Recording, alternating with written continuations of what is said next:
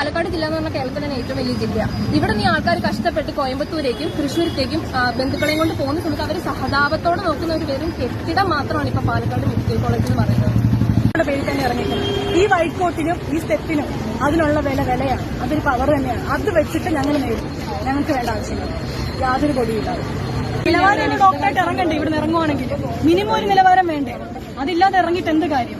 കഷ്ടപ്പെട്ട് പഠിച്ചാ ഇവിടെ കയറിയത് admission. Government medical college Palakkad കേട്ടിട്ടാണ് കയറിയത്. പക്ഷെ അതിൽ നടക്കുന്ന ഒന്നുമല്ല. മെഡിക്കൽ കോളേജ് എന്നുള്ള പേരിനോടുള്ള നീതിയെങ്കിലും പുലർത്താം ആ കെട്ടിടങ്ങൾക്ക്. അവിടെ വെറുതെ കുറെ ബെഡ് കൊണ്ടുവന്നിട്ടോ അല്ലെങ്കിൽ കുറെ കെട്ടിടം പണിതിട്ടോ OT എന്ന് പറഞ്ഞൊരു റൂം പണിതിട്ടോ ഒരു കാര്യമില്ല. അതിൽ പാലക്കാട് മെഡിക്കൽ കോളേജ് അഡ്മിഷൻ എടുത്ത് തെറ്റായി പോയെന്ന് ചിന്തിക്കുന്നുണ്ടോ?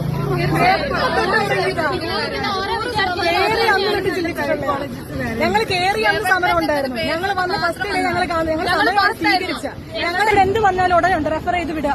അതെന്ത് പരിപാടിയാണ്? ഇവിടെ നാട്ടുകാർ റെഫറിന് വേണ്ടിയാണുള്ളത്. അത്യാഹിതം സംഭവിച്ചു കഴിയുമ്പോൾ തൃശ്ശൂരേക്ക് വിട്ടോ, കോയമ്പത്തൂരേക്ക് വിട്ടോ, അത് വേണ്ട ഇവിടെ.